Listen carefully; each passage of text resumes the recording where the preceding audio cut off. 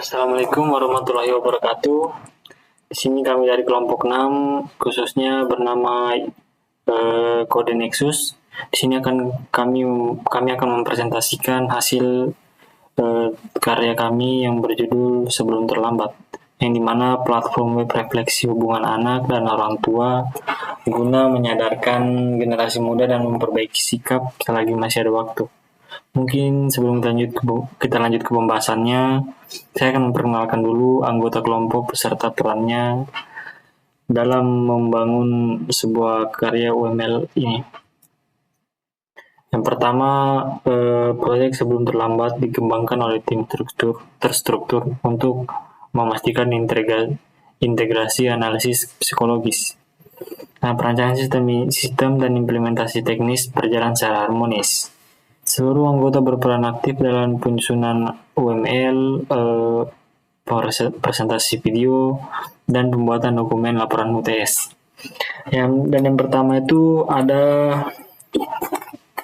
Mawar Sri Amelian sebagai project manager yang berfokus mengkoordinasi tim dan membuat diagram UML, khususnya kelas diagram, dan menyusun laporan dari bab 1 hingga bab 5 dan mengedit video presentasi.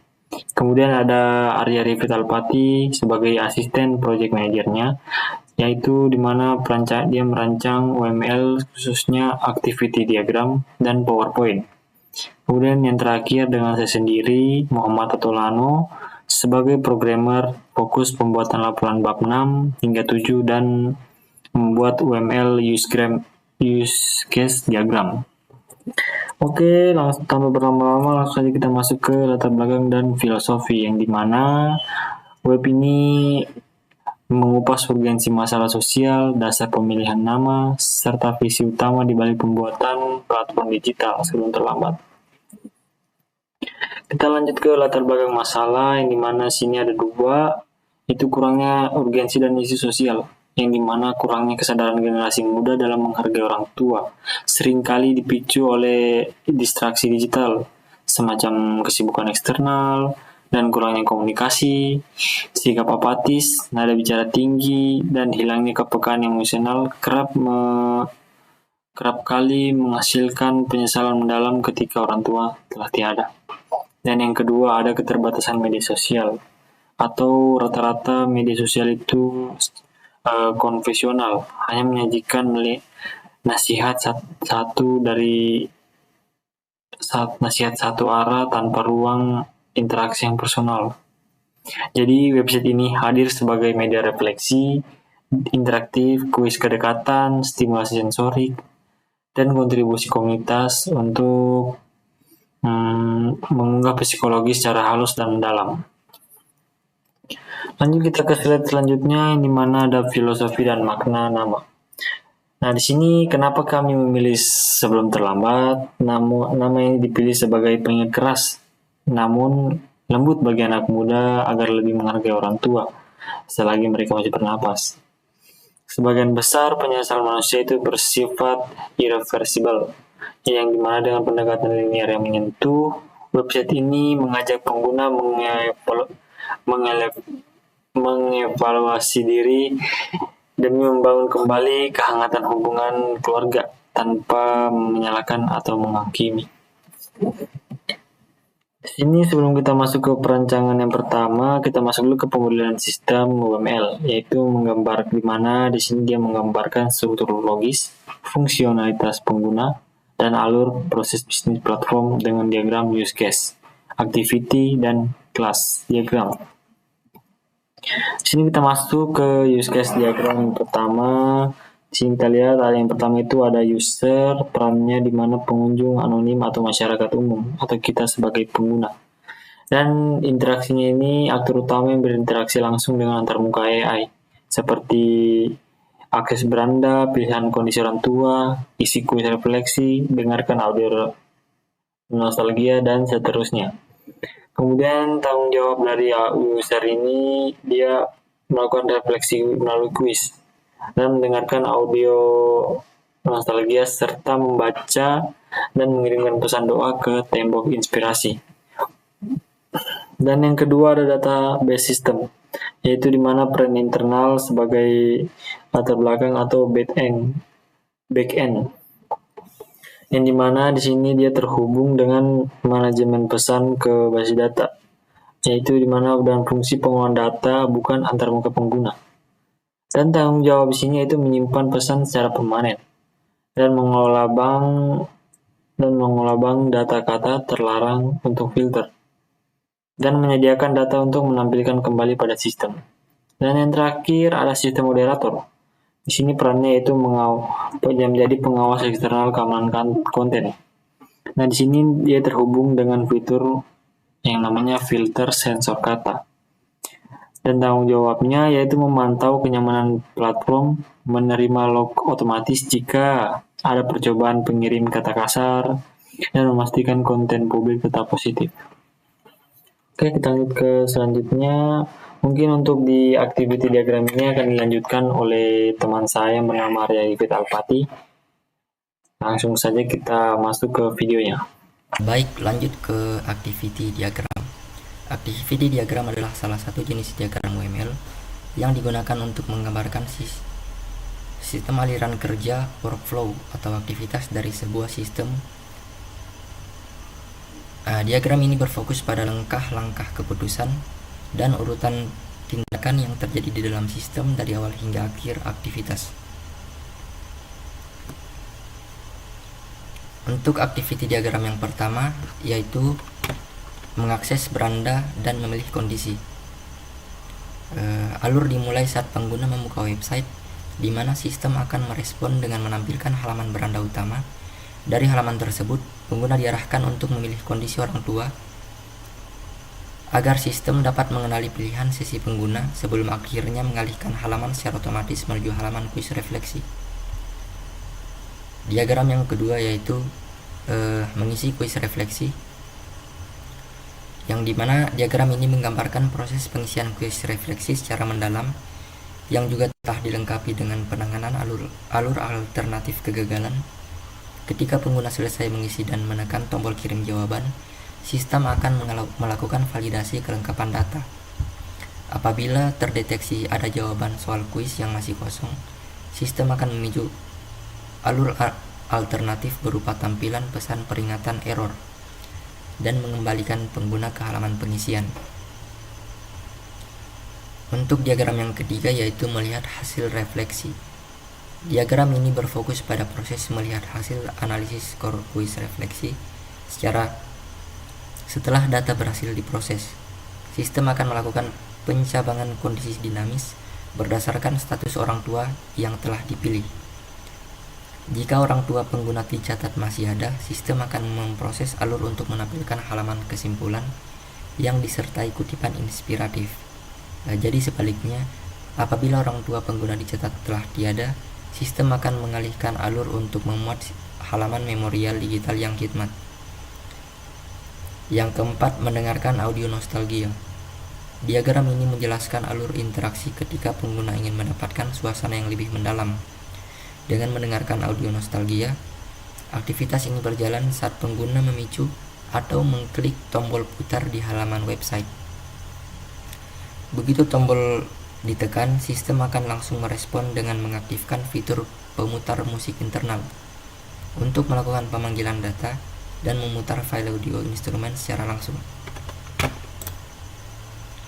Lanjut yang kelima, diagram 5 mengirim pesan inspirasi. Diagram ini menggambarkan alur awal ketika pengguna ingin mengirim pesan inspirasi berupa doa atau curhatan. Proses ini mendeteksi aktivitas pengguna dari mulai mengetikkan teks pada form hingga menekan tombol kirim pesan sebelum akhirnya data teks mentah tersebut diteruskan ke fungsi penyaringan internal sistem. Yang keenam yaitu filter sensor kata dan penyimpanan basis data, yang dimana diagram ini membedah alur teknis filter penyaringan kata kasar menggunakan pembagian swim lane multi-aktor yang melibatkan entitas sistem, database system, dan sistem moderator. Disinilah alur alternatif kedua ditetapkan, di mana jika teks 2 yang dikirimkan terdeteksi mengandung kata-kata kasar, sistem akan menjalankan jalur alternatif dengan memblokir pesan tersebut dan memunculkan notifikasi error di layar, sekaligus melempar data bersih dari kata kasar. Alur berjalan normal menuju swim lane database system untuk mengeksekusi perintah penyimpanan pesan ke dalam database secara permanen. Lalu kedua jalur menyatu kembali pada sebuah merge node atau sebelum aktivitas selesai. Yang terakhir atau yang ketujuh yaitu melihat tembok inspirasi. Jadi diagram ini akan memperlihatkan alur proses ketika pengguna ingin melihat tembok inspirasi di dalam website dengan melibatkan sinkronisasi 3 entitas. Aktivitas dimulai saat pengguna mengklik menu atau tombol tembok inspirasi yang direspon sistem dengan mengirimkan permintaan data pesan yang lolos sensor ke pihak database system. Entitas database system kemudian mengambil seluruh koleksi dari tabel basis data untuk dikirimkan kembali ke sistem, sehingga sistem dapat merender dan menampilkan halaman tembok inspirasi yang sudah dipenuhi oleh pesan-pesan anonim tersebut ke layar pengguna. Baik, untuk materi selanjutnya akan dibawakan oleh Saudari Mawar. Baik, jadi di sini saya akan melanjutkan penjelasan terkait UML atau Unified Modeling Language terkait kelas diagram. Nah, jadi di sini sebelum kita masuk ke penjelasan kelas-kelasnya, kita akan mengetahui dulu apa sih itu pengertian kelas diagram. Jadi kelas diagram itu jenis diagram struktur statis pada Unified Modeling Language yang disingkat tadi dengan UML yang menggambarkan struktur sistem dengan menunjukkan kelas, atribut, metode, serta hubungan antar objek. Diagram ini menjadi cetak biru atau disebut blueprint utama dalam pengembangan perangkat lunak berbasis objek atau disebut juga object oriented programming. Nah, ini adalah model diagram kelas diagram untuk website sebelum terlambat. Jadi pada kelas diagram ini saya menggambarkan struktur sistem beserta hubungan antar kelas yang ada dalam website. Diagram ini menunjukkan data yang disimpan pada setiap kelas melalui atribut, serta fungsi yang dijalankan melalui metode. Yang pertama itu ada kelas user. Jadi, kelas user adalah user yang berperan sebagai pengguna utama sistem. Kelas ini memiliki atribut ID user sebagai identitas pengguna, sesi inlet untuk menyimpan sesi, pengguna yang sedang aktif, dan status orang tua untuk menyimpan status orang tua yang dipilih oleh pengguna. Kemudian, terdapat metode pilih status orang tua yang digunakan untuk memilih status orang tua, isi kuis refleksi untuk mengisi kuis refleksi, dan kirim pesan untuk mengirim pesan inspirasi ke sistem. Nah, kelas kedua itu ada kuis refleksi yang dimana terdapat digunakan untuk mengelola kuis refleksi. Atribut yang dimiliki yaitu ID kuis sebagai identitas kuis, daftar soal yang berisi kumpulan pertanyaan, dan jawaban user yang menyimpan jawaban pengguna. Terus metode yang digunakan di sini validasi kelengkapan yang berfungsi memeriksa apakah seluruh pertanyaan telah dijawab, sedangkan hitung skor akhir digunakan untuk menghitung skor refleksi pengguna. Ketiga ada kelas hasil refleksi. Kelas berikutnya adalah hasil refleksi yang menyimpan hasil akhir dari kuis yang telah diisi. Atributnya atributnya di sini terdiri dari ID hasil, skor akhir, dan kesimpulan. Metode generate kesimpulan digunakan untuk menghasilkan kesimpulan berdasarkan skor refleksi, sedangkan alihkan halaman digunakan untuk mengarahkan pengguna ke halaman berikutnya. Selanjutnya ada kelas kutipan inspiratif. Sini. Jadi di sini menggunakan atributnya itu ID kutipan, isi teks, dan kategori. Metode yang digunakan di sini adalah tampilkan kutipan, yang dimana untuk menampilkan kutipan kepada pengguna, sedangkan get random kutipan digunakan untuk mengambil kutipan secara acak dari database atau koleksi kutipan. Terus ada kelas memori digital. Kelas ini digunakan untuk membuat halaman memorial digital. Atributnya di sini ada ID memorial, tempat tampilan, dan ucapan khidmat. Metode yang digunakan di sini ada set suasana halaman yang digunakan untuk mengatur tampilan memorial, sedangkan muat halaman memorial dia digunakan untuk menampilkan halaman memorial kepada pengguna. Terus ada lagi kelas pesan inspirasi yang di sini. Jadi sini kelas pesan inspirasi digunakan untuk mengelola pesan yang ditulis oleh pengguna. Jadi atributnya terdiri dari ID pesan, isi doa, dan status sensor. Metode yang digunakan di sini pertama ada ketik pesan. Digunakan saat penggunaan menulis pesan. Jadi ketik pesan ini digunakan saat pengguna sedang menulis pesan. Terus ada kirim pesan. Jadi kirim pesan di sini digunakan untuk mengirim pesan tersebut ke sistem. Selanjutnya ada kelas filter sensor. Kelas filter sensor ini berfungsi sebagai untuk menyaring kata-kata yang tidak sesuai. Jadi apabila ada kalimat yang kurang baik dibaca, jadi akan disensor oleh kelas filter sensor di sini. Jadi di sini kita menggunakan atribut terdiri dari ID filter, daftar kata kasar, text input. Dan metodenya digunakan peca kata per kata. Jadi metode peca kata per kata ini digunakan untuk memisahkan teks menjadi beberapa kata. Kemudian metode cek kata kasar digunakan untuk mendeteksi apakah terdapat kata yang melanggar aturan. Terus ada kelas database system. Kelas database system bertugas mengelola penyimpanan data. Yang ini, jadi dia ini tugasnya untuk mengelola penyimpanan data. Yang dimana atributnya itu DB connection, nama tabel, dan query status. Dan metode yang digunakan di sini ada simpan pesan permanen. Yang dimana artinya menyimpan pesan ke database, sedangkan metode ambil koleksi pesan di sini digunakan untuk mengambil data pesan yang telah tersimpan. Selanjutnya lagi ada kelas tembok inspirasi. Jadi kelas tembok inspirasi ini berfungsi sebagai untuk yang menampilkan kumpulan pesan inspiratif dari pengguna. Yang dimana atributnya di sini ada ID tembok, daftar pesan, dan total pesan. Terus metode yang digunakan di sini tampilkan semua pesan, yang dimana digunakan untuk menampilkan seluruh pesan. Dan metode kedua itu ada refresh halaman, yang dimana digunakan untuk memperbarui tampilan halaman.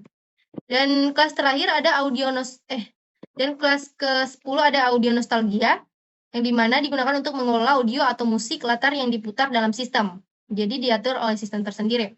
Dimana di sini atributnya ada ID audio, judul instrumen, dan file path. Dan metode yang digunakan putar audio. Jadi putar audio di sini digunakan untuk memutar audio, sedangkan hentikan audio digunakan untuk menghentikan audio yang sedang berjalan. Nah, selanjutnya kelas terakhir adalah kelas sistem moderator. Jadi kelas terakhir ini berfungsi mengelola pelanggaran dalam sistem. Jadi atributnya di sini ada ID moderator, log ID, dan detail pelanggaran. Metode yang digunakan terima log laporan dan tandai pelanggaran, yang dimana terima log laporan ini terima log laporan ini digunakan untuk menerima laporan pelanggaran, sedangkan tandai pelanggaran digunakan untuk menandai konten yang melanggar aturan sistem. Nah, mungkin untuk penjelasan kelas diagramnya sampai di sini saja. Selanjutnya masuk pada resiko pengembangannya. Lanjut masuk pada resiko pengembangan, yang dimana di sini akan membahas tentang resiko pengembangan, dampak perangkat lunak, dan solusi atau mitigasi resiko. Yang pertama, resiko pengembangan itu ada kebocoran identitas pengguna. Dampaknya akan hilangnya kepercayaan pengguna secara drastis karena platform ini mengusung tema 100% anonim. Terus solusinya atau mitigasi resikonya, sistem mutlak dirancang tanpa sistem registrasi atau login, tidak merekam alamat IP, zero log policy, dan menghapus session browser segera setelah ditutup. Terus resiko yang kedua itu adalah lolosnya pesan kasar atau SARA. Tembok inspirasi tembok inspirasi dipenuhi oleh konten negatif yang dimana merusak citra platform dan memicu ketidaknyamanan psikologis pengguna lain. Terus solusinya, tembok inspirasi dipenuhi oleh konten negatif, merusak citra platform dan memicu ketidaknyamanan psikologis pengguna lain. Ini adalah solusi atau mitigasi risikonya. Terus resiko pengembangan yang ketiga ada beban berlebih dan pada database. Di mana dampaknya itu kecepatan memuat halaman website melambat, di atas target 3 detik. Akibatnya penumpukan data tulisan pesan yang masih masif secara real time. Terus solusi atau mitigasi resikonya itu kecepatan membuat halaman website melambat di atas target 3 detik akibatnya penumpukan data tulisan pesan yang masif secara real time. Yang keempat itu ada risiko pengembangannya adalah ketergantungan IP pihak ketiga, yang dimana dampaknya jika layanan pemutar musik instrumen latar atau background mengalami gangguan fungsionalitas, pembangunannya akan suasana emosionalnya akan lumpuh. Jadi mitigasi risikonya itu menyediakan opsi penyimpanan berkas audio lokal atau MP3 berlisensi bebas atau bebas royalti, yang dimana di server internal sebagai cadangan fallback system. Nah, risiko yang kelima itu manipulasi skor kuis refleksi. Dampaknya itu pengguna berulang kali mengisi kuis asal-asalan yang berpotensi merusak keakuratan metrik evaluasi kepedulian anak terhadap orang tua. Jadi solusi atau mitigasi risikonya itu akan memberikan batas waktu jendela pengisian kuis kembali atau rate limitation atau cooldown menggunakan token berbasis cookie lokal perangkat penjelajah. Masuk pada metode SDLC yang dipilih. Pada proyek ini, kami memilih metode SDLC Scrum sebagai metode pengembangan sistem. Alasan pertama adalah fleksibilitas kebutuhan. Dari fleksibilitas kebutuhannya, mengingat platform ini sangat bergantung pada aspek psikologis dan kenyamanan emosional, pengguna atau tim dapat melakukan perubahan adaptif berdasarkan hasil umpan balik atau feedback loop di setiap akhir masa pengerjaan sprint. Alasan kedua, kompleksitas yang terukur. Jadi, fitur dasar sebelum terlambat berfokus pada kuis, musik, dan mapping pesan yang melalui Scrum. Pengembangan fitur ini dapat dipecah menjadi komponen kecil terarah atau produk backlog yang dikerjakan dalam siklus 1-2 minggu sehingga lebih realistis bagi kapasitas tim mahasiswa. Alasan yang ketiga itu kerjasama tim maksimal. Jadi pembagian tugas harian dalam Scrum mendukung pemantauan kontribusi aktif masing-masing anggota secara transparan dan berkala. Masuk pada MVP atau minimum viable product, di mana di sini untuk memastikan versi awal platform dapat segera diluncurkan dengan digunakan fungsionalitas dasar yang layak, yang dimana dilakukan analisis prioritas menggunakan metode Moscow, yang dimana must have harus ada, should have seharusnya ada, could have bisa ada jika memungkinkan, won't have tidak ada pada versi awal. Yang pertama, must have harus ada. Jadi fiturnya pengisian kuis refleksi, kesadaran hubungan anak orang tua.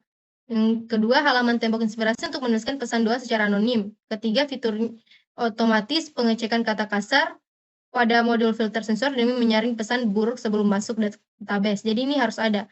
Yang kedua, untuk seharusnya ada, jadi yang seharusnya ada itu ada pemutaran musik instrumen otomatis sebagai pembangunan suasana emosional saat melakukan refleksi. Yang kedua, opsi penyaringan tampilan mading pesan berdasarkan kategori kondisi orang tua, yang dimana di sini ada yatim, piatu, atau lengkap, cemara.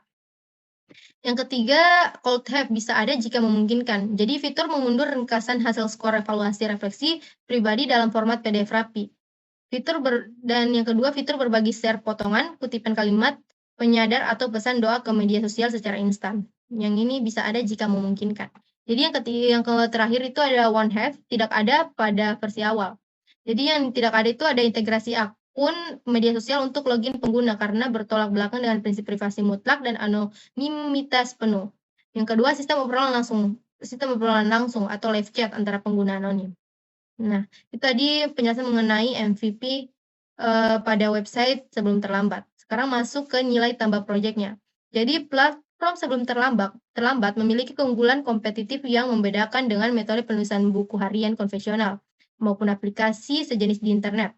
Jadi di sini nilai tambah proyeknya pertama ada solusi privasi total. Jadi platform ini menyelesaikan masalah keengganan anak muda dalam mencurahkan penyesalan atau rasa sayang karena takut dihakimi. Dengan jaminan tanpa akun, privasi pengguna terjaga secara mutlak, ataupun orang tua. Yang kedua, keterikatan emosional terpandu atau guided reflection. Jadi pengguna tidak hanya disuguhkan mading kosong, melainkan dibimbing melalui kuis indikator hubungan psikologis serta distimulasi oleh alunan musik latar instrumen yang menyentuh hati. Yang ketiga, ada komunitas penguat yang positif. Jadi inspirasi menyajikan wadah membaca doa. Jadi pada website ini adalah menyajikan wadah membaca doa atau curhatan sesama anak muda secara global, yang dimana akan menciptakan rasa solidaritas moral bahwa mereka tidak sendirian dalam berjuang menghargai orang tua. Itu adalah tadi mengenai nilai tambah proyeknya. Nah, sekarang masuk ke analisis kompetitor atau sistem sejenis. Jadi pada slide ini kami membandingkan proyek kami dengan dua kompetitor atau sistem yang memiliki fungsi serupa. Kompetitor pertama adalah aplikasi kesehatan mental relief dan aplikasi kesehatan mental, yang dimana fitur utamanya itu dia konselingnya berbayar dengan psikolog, meditasi terpandu, jurnalnya harian. Terus di sini ada dibandingkan juga dengan manifest Twitter atau X, akun curhat anonim. Jadi di sini fitur utamanya dia mengirim pesan anonim secara otomatis melalui direct message atau DM buat ke lini masa publik. Yang ketiga itu ada proyek kelompok. Jadi sebelum terlambat. Jadi kuis refleksi dia menggunakan proyek kelompok. Jadi kuis refleksi diri, pemutar audio instrumental emosional, mading pesan, doa anonim, interaktif. Jadi kalau dilihat dibandingkan dari kemudahan penggunaan, kalau dibandingkan dari aplikasi kesehatan mental, Relief, dan manifest Twitter X, akun curhat anonim, atau X, dia website sebelum terlambat sangat mudah diakses, tinggal mengakses tautan URL website langsung tanpa login atau unduh aplikasi. Nah, terus kalau dilihat dari kelebihannya, project atau website sebelum terlambat ini 100% gratis, menjaga kerahasiaan identitas secara ekstrim, dan menciptakan suasana refleksi mendalam. Kekurangannya itu belum terintegrasi langsung dengan penggunaan psikolog nyata jika ditemukan indikasi trauma berat. Untuk peluang masa depannya, apabila dibandingkan dengan kodenya tadi, kolaborasi rujukan untuk website ini akan berkolaborasi rujukan gratis ke lembaga konseling universitas atau daerah bagi pengguna berskor krisis emosional. Masuk kelayakan sistem bagi pengguna atau pada slide terakhir. Jadi pada slide ini, website sebelum terlambat dinilai layak digunakan karena dirancang sesuai dengan kebutuhan dan kebiasaan target pengguna, yaitu remaja dan mahasiswa yang aktif menggunakan internet. Sistem ini dapat diakses melalui perangkat yang terhubung ke internet tanpa memerlukan instalasi aplikasi tambahan, sehingga memudahkan pengguna dalam mengakses informasi dan fitur yang tersedia. Selain itu, tampilan websitenya dibuat sederhana dan mudah dipahami sehingga pengguna dapat menggunakan sistem tanpa mengalami kesulitan, sehingga fitur-fitur yang disediakan seperti cerita inspiratif, refleksi diri, dan tes sikap juga relevan dengan tujuan website dalam membantu pengguna meningkatkan kesadaran untuk lebih menghargai orang tua. Dari sisi manfaat, sistem ini memberikan nilai edukatif dan motivasi bagi pengguna untuk melakukan evaluasi diri serta memperbaiki hubungan dengan orang tua. Oleh karena itu, website sebelum terlambat layak digunakan sebagai media refleksi dan pembelajaran yang mudah diakses oleh anak muda. Jadi sangat layak menurut saya karena sebagai tempat curhat. Mungkin itu saja penjelasan dari saya. Saya kembalikan ke moderator. Oke, itulah tadi hasil presentasi dari kedua teman saya. Dan di sini sebelum saya tutup presentasi ini, saya akan membacakan kesimpulan dari web sebelum terlambat ini. Sebelum terlambat merupakan sebuah inovasi perangkat lunak interaktif yang dirancang sebagai ruang refleksi emosional linear bagi generasi muda, Gen Z, atau Gen Alpha untuk mengevaluasi dan memperbaiki hubungan kepada orang tua melalui rute personalisasi atau status, yang dimana kuis psikologi yaitu labirin memori, simulasi audio, serta fitur tembok inspirasi anonim, dimana dari sudut pandang rekayasa perangkat lunak ini, sistem ini mengutamakan keamanan data pengguna melalui zero log policy yang dimana tidak menggunakan login atau registrasi, dan perlindungan konten publik yang otomatis disaring menggunakan apa ya tadi? Menggunakan filter sensor kata pada arsitektur, yaitu backend-nya. Mungkin itu saja kesimpulan dari kami. Jika ada salah kata, mohon dimaafkan. Saya kira dengan kata wabillahi taufiq wal hidayah. Wassalamualaikum warahmatullahi wabarakatuh.